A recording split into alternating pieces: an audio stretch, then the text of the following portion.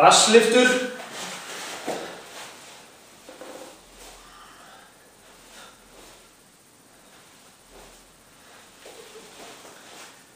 Þessi æfing stundum kölluð öfug kviðkreppa, sem við kreppum kviðinn neðanfrá.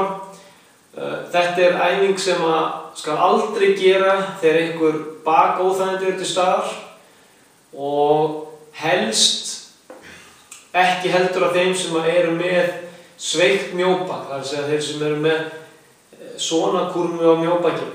Þeir sem eru hins vegar með fett á mjóbakinu eru fattir, þeir með að gjarnan gera þessa æfingu.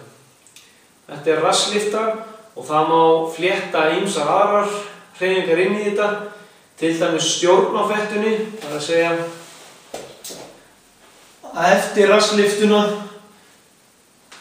setja fætur út, einn fót í einu. Það má flétta ýmislegt inn í þetta, en undirstrika aftur, engar endurtekningar með sting í bakinu eða eitthvað slíkt eða gera brjálæðislega margar endurtekningar, það er ekki það sem við viljum gera með þessa æfingu. Þetta voru rasslyftur.